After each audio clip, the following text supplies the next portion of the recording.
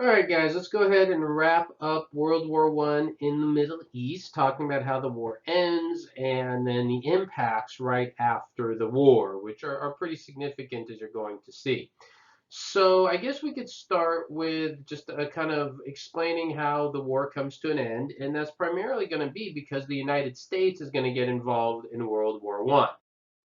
So here again is just our map that we had talked about, before in the Ottoman Empire, of course, just to kind of remind us of where we were. And what ends up happening is by 1917, the U.S. is drawn into the war. So how does the U.S. get into the war, and then why are they involved? How are they involved? And then the aftermath of the war. So real quick, some of you may know this from a U.S. history class, but you already had conflicts between the United States and Germany. There was the very infamous story of the Lusitania. Some of you may have heard of a passenger ship, a British passenger ship that was sunk, that had American passengers on it and that upset the United States. There was something known as the Zimmerman telegram, which was also something that really helped bring the United States into World War One. The Zimmerman telegram was a telegram sent from a man named Arthur Zimmerman from Germany to Mexico. And what he was trying to do is convince Mexico to attack the United States, and then Germany would help Mexico later fight against the United States. The telegram was intercepted by the British. They showed it to everybody, and that upset the U.S. And so at the end of the day, the U.S. is going to get involved in 1917 into the war. Interestingly, when the United States is involved in World War One, they're obviously heavily involved in the West, but what about in the Middle East? I came across an interesting book by a man named Oren called Power, Faith, and Fantasy, and it's about the role of the United States in the Middle East. It's very good. He's ambassador, I believe, Ambassador Oren, so he's got a lot of diplomatic experience. And he was talking about as early as 1914, as early as 1914, there were already problems for the United States with the Ottoman Empire. The United States was very concerned, for example, of how missionaries in Jerusalem were being treated. Remember, Jerusalem at this point is still under Ottoman control. And so much so that there were a couple of military ships, the North Carolina and Tennessee, as you could see there, that had to go into the Middle East, into what is the modern day kind of Ottoman Empire, back then the Ottoman Empire area, and provide supplies for people there and so forth. And there was a lot of concern that the Ottoman Empire, that the U.S. was going to fight against them. Woodrow Wilson, he was not in that mode, however. There was kind of a mixed feeling in the U.S. Woodrow Wilson, you can see his quote there. He says, "We enter the war only where we are clearly forced into it." So even in 1917, after the United States declared war, really, we just declared war against Germany and Austria-Hungary powers. We did not declare war against the Ottoman Empire. It's also a bit because of that after the war, the U.S. is not really involved in the treaties that end World War One in the Middle East. We're involved with the treaties in Europe, but not with the treaties in the Middle East. And in large part is because the U.S. didn't really get involved. One of the reasons, of course, is Turkey really tried to keep the United States out. One of the things we see is as we get to closer to 1917, Turkey's like, okay, we'll be good. We'll leave the missionaries alone. One of the other things was American businessmen would be able to speak English in Turkey. Something for a long time, Turkey and the Ottomans said, no, you can't speak English here. So the Ottomans, in other words, were kind of relaxing restrictions against Americans. They would allow missionaries. They would, treat the people there a little bit better. Turkey even, or I keep saying Turkey, I kind of jump back and forth between the Ottoman Empire and Turkey at this point. Apologized to anyone that they were giving a hard time to. So they're trying to kind of be nice. There were other Americans, however, like Cornelius von Engert, you could see there, who believed that the Americans should be involved in the war against Turkey. So a very different approach than Wilson. And Cornelius, one of his argument was the Armenian genocide. He said, hey, look, Christians are being killed here. We need to do something. So there's a little bit of back and forth. It's interesting, this war. So while the United States gets into the war, the United States does not get involved against the Ottoman Empire. But just the United States getting in the war against Germany, and because Germany and the Ottoman Empire are, of course, allied, that shifts the war dramatically. And once the U.S. gets into the war, the tide of the war changes very quickly. The U.S. gets in the war in 1917. By November of 1918, 11/11/1918, which, by the way, is Veterans Day. If you don't know that, you should. That's the end of World War I. And the reason is the U.S. was putting in like 300,000 new soldiers every single month, primarily into the Western Front. But once Germany collapses, then the Ottoman Empire is right there with them, and they're going to fall as well. And so by 1918, the war is over. And the Ottoman Empire, who picked the losing side, the Central Powers, is also going to finally meet its doom. And so as a result of World War I, the Ottoman Empire is now no longer. We are going to stop calling it the Ottoman Empire, and what we're going to start calling it is Turkey. So the question is what happens, right? What is the aftermath of World War I in the Ottoman Empire? All right. So many of you have probably heard of the Treaty of Versailles, right? The Treaty of Versailles is a very famous treaty that ended World War I, but the Treaty of Versailles primarily dealt with events regarding Germany and France and England and all that. There are other treaties that impacted the Ottoman Empire. There are three of them you're going to need to know, and the first one is what we call the San Remo Agreement. The San Remo Agreement, San Remo is a city in Italy. And in Italy in 1920, so a couple of years after the war is over, officially over, the leaders of countries like France and Britain get together, and the United States is this, they're kind of as an impartial advisor, they're just kind of observing, they're not actually involved in the decision making. And in San Remo Agreement, they basically take what we've been calling the Ottoman Empire and divide it all up. It all gets split apart. And so get the rest of these terms down because I'm going to talk about this when I show you a map. So make sure you get all of this down here because then I'm going to lecture on this and you want to make sure you're clear. So 1920 San Remo Agreement. Again, as long as you remember England and France, there are some other countries involved in it as well, actually. But those were the two big ones. All right, so let me go to our map. If you need them again, pause, get this down, and I'll explain all this. So this is what happens as a result of World War I. You see now on this new map, we no longer call it the Ottoman Empire. We just have Turkey, right? What happens to all of this territory that the Ottoman Empire once controlled? Well, it gets split into these mandates, the French mandate and the British mandate. The French mandate, as you can see there, included Syria and Lebanon, which means as a result of World War I, the areas of Syria and Lebanon are no longer under Ottoman control. They are now under French control. Now, they're not going to stay under French control forever. This is going to be under French control until about 1936. In 1936, there was the Franco-Lebanese Treaty, one of those key words you saw there. And in that treaty, France agreed to recognize Lebanon as an independent nation.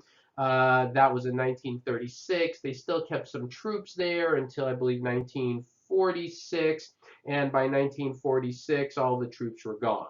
But, you know, the same thing with Syria around the same time. So both for Syria and Lebanon, they were both end up being under French control. And in fact, if you go to somewhere like Lebanon today, sometimes people call it the Paris of the Middle East, or they used to before that area fell into a mess. If you're familiar with Syria, of course, in the, you know, post 9/11 world, Syria ended up falling into a big mess in the, you know, starting around, what, about 2010, 2015, really got messy there. And so anyways, you know, those areas fell under French control.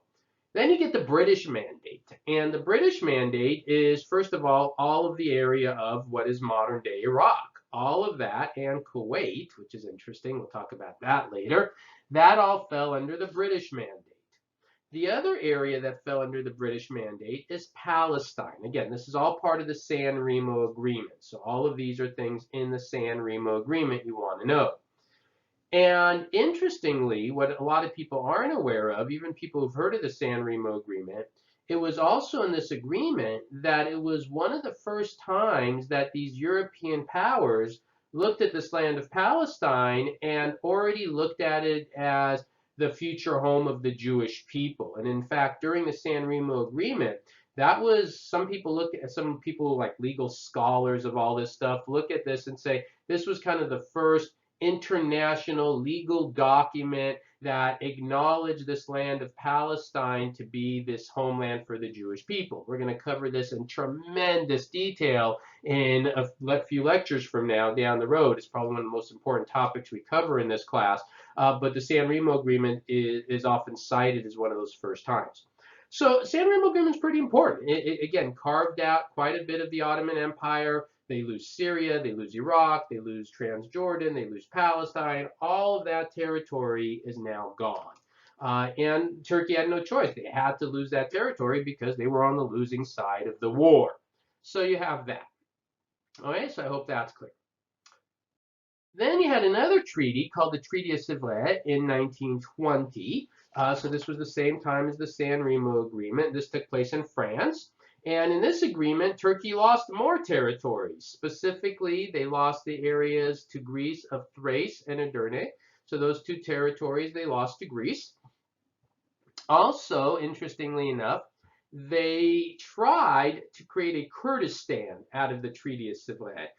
So I don't know how familiar you are with the Kurdish people, but the Kurdish people are one of these individual groups of people that have kind of always had a hard time. They've never been able to really acquire an independent Kurdistan. They're parts of them are in Iraq, parts of them in modern day Turkey. They're kind of all over there, and they've never really had a chance to be an independent nation. They tried this after World War I. They kind of carved off an autonomous area out of what was parts of the Ottoman Empire, but it never became fully independent, and it's still an issue to this day. But it is something that was in the Treaty of Sèvres. Another thing in the Treaty of Sèvres, they told Turkey that you had to limit your military to 50,000 men, right? And that's it. So pretty small, right? And again, this is the whole thing of you were on the losing side of a war. And so they lost a lot of land. They lost their ability to have a strong military. And then the last point in the Treaty of Sèvres I want you to know is it basically reaffirmed the mandates in the San Remo Agreement. So that's the second important treaty. So you have the Treaty of San Remo Agreement and now the Treaty of Sèvres. I said there was a third one, and this is what we call the Lausanne Conference in 1922. And so this is a couple years later. And what had happened by now is, the Ottoman Empire was defeated. We no longer call it the Ottoman Empire. It's just this kind of shell of its former self. Even after losing all this land, losing the British mandate, the French mandate, Turkey was still occupied by British forces. And the Turks like, okay, you beat us, enough, leave us alone. And that's what essentially happened in the Lausanne Conference. It was agreed that the British would leave, that the Turkey would be independent, that they would have a new capital at Ankara, and that their new president would be, of course, Mustafa Kemal.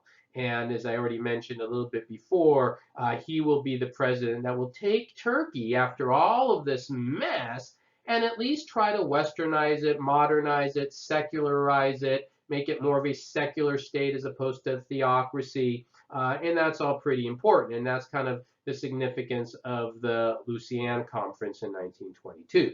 So these three, right, the big three, the San Remo, Treaty of Sèvres, and Lausanne Conference, these are the reasons of why, you end up with a very different looking modern Middle East, right? Everything that was once part of the Ottoman Empire is gone. So this is how you get modern day Iraq eventually, modern day Israel eventually, modern day Syria, modern day Lebanon, modern day Turkey. All of this happens because of the fall of the Ottoman Empire. So I hope you're understanding why I say World War I is so significant to this area. Okay, so I hope all that's very clear. And so again, this is just the map from before. So again, if you look at all of this, what was once this massive Ottoman Empire, right, is now no longer that big as a result of World War I. All we're talking about is this little area now, well, not little, but of Turkey. Now, there's one other country I want to talk about a little bit, which is modern day Iran. We haven't really talked about Iran much. I'm going to have a slide to show you here, but I do want to kind of, with some key terms, but geographically, Iran was important for World War I because it does border, again, Russia, and it borders the Ottoman Empire. And so you're going to have some movements through Iran, as you can see here, because of their geographical location. So the question is, what's going on with Iran, and how does World War I impact Iran? Because we're going to start talking about this a lot more. So this is kind of the last topic I want to talk about with World War I. All right, so impacts on Iran as a result of World War I. So first of all, there was that dynasty called the Safawi dynasty, again, sometimes spelled with a W, sometimes spelled with a V. And I didn't really lecture on them much this semester. There's stuff in your textbook on them. When I do this in normal classes, I have students do group projects on them. But basically, in the 1700s, they had collapsed. And when they had collapsed, Iran kind of fell basically into tribal rulership. There was no strong unifying power in the late 1700s into the mid 1800s. There was this one man named Mustafa al-Din from, as you can see there, 1869, 1907. And he tried for a short time to try to kind of create a coalition in there. It didn't really work there. He wasted a lot of money. There were famines in Iran. And one of the things is they never really modernized well at all. They just didn't modernize. They didn't do things well at all. Well, then we get to World War One, and it's just a weak area, and Iran is just sitting there at the kind of the mercy of all these other powers. And it was around the same time that we see the emergence of this other guy named Reza Khan or Reza Shah. Now, there's going to be two guys named Reza Shah, just to confuse you a little bit further. So I'm going to distinguish between the father and the son. Some of you may have heard of Reza Shah, who's the son. He's involved in a very dramatic event in modern Iranian history. If you're familiar with the Iran hostage crisis and all of that, we're going to get into a lot of detail that later. It's crazy, crazy story that we're going to get into. Again, a few lectures down the line here.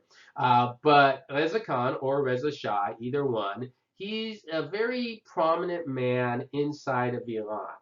And he looks at what Iran went through in World War I. He's going to kind of emerge as the leader from about 1921 to 1944. And in these years between 1921 and 1944, post World War I, he's like, man, Iran was just at the mercy of all these powers. We can't be this fragmented, weak nation anymore. And he's open enough to go to the West and get help. So this one guy named Arthur Millspaugh, an American, goes to Iran and kind of helps modernize Iran with Reza Shah. And when I say modernize Iran, what I mean is all sorts of things. Let me go through a few things here. And again, you just want to jot all these things down as a reminder. You're not just jotting down the terms. It's all the things I say about them. But road building. So just a stat here. In 1921, there were 2,000 miles of roads in Iran. By 1938, there were 17,000 miles of roads in Iran. Building other things, bridges, canals. So just kind of infrastructure.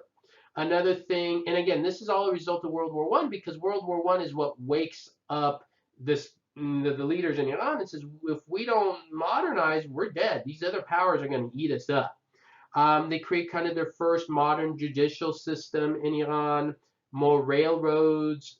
They begin to deal with diseases like malaria. They begin to eradicate malaria in Iran. So that's something that's very positive.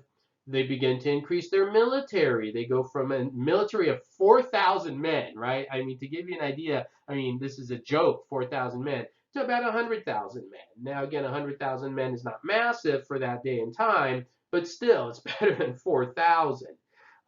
They were also open to Western ideas, like creating a free press and free, expression of ideas. Another thing is they started to treat the Jewish population a little better. They said the Jewish population no longer has to pay the jizya, the tax. And they even started to open up rights for women. They said, women don't have to be covered and have their face completely covered all the time if they don't want to. So they were really trying to modernize Iran. Now, the other thing that they also did there, and very important, if you know anything about Iran, is they began to develop their oil. So there had already been the discovery of oil, but Iran being so not modernized and so not developed, didn't really have a way to make use of that oil. But the British see an opportunity here. So the United States under Arthur Millspaugh kind of helped modernize Iran, and then the British get involved because they see an opportunity. They've got the infrastructure. The British have the modernization. They have the techniques, and Iran has the oil. And so what they do is create what is called the Anglo-Persian Oil Company.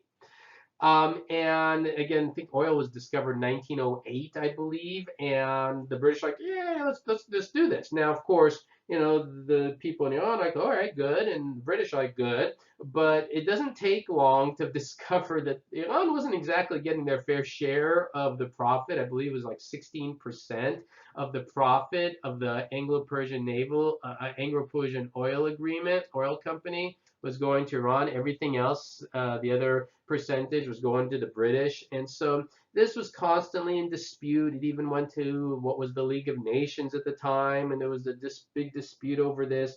The Iranians got a little bit more oil control. Eventually, we're going to come back to this. The British are just going to cut all interest out of this area.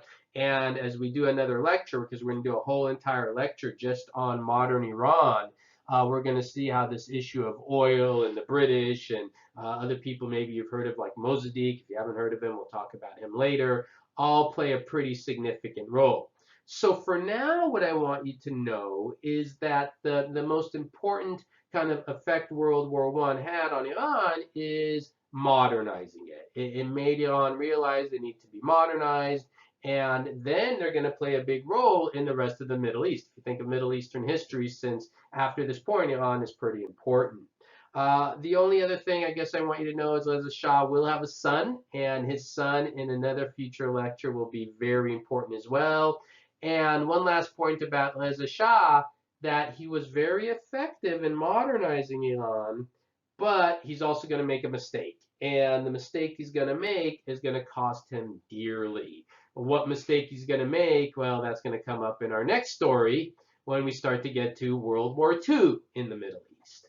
All right, so that wraps up all of World War I in the Middle East. And so again, what you need to know, just to summarize from those 3 lectures, is how did Middle Eastern countries get involved? What happens during the war? Obviously, Battle of Gallipoli, the Armenian genocide, and then the impacts after the war, the treaties, what happens to Iran. So there's quite a bit of detail there that I gave you. I hope all of that was very clear. Also some hopefully video documentaries that I'll be able to find to show you as well. You can also get some information off those. But pretty important stuff. World War I.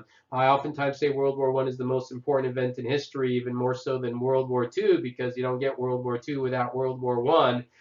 But people often don't realize how important World War I was to the Middle East. Usually we think of it as this big issue in Europe, which it was, of course, but as you could see from my lecture here, it really impacted the Middle East as well. All right, thank you, everyone. If you have any questions, as always, please let me know.